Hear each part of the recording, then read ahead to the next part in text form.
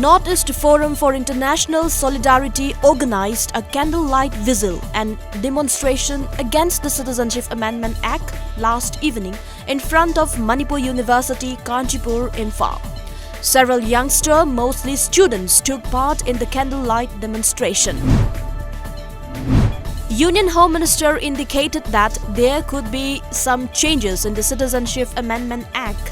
Union Home Minister Amit Shah, according to media reports. Amit Shah said he wants to assure the people of Assam and other states of the Northeast that their culture, language, social identity and political rights will not be affected by the act.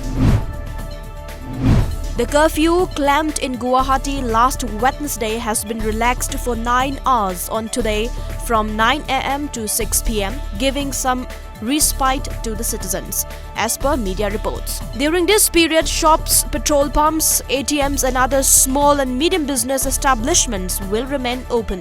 However, mobile internet services will remain suspended and it will probably be lifted tomorrow.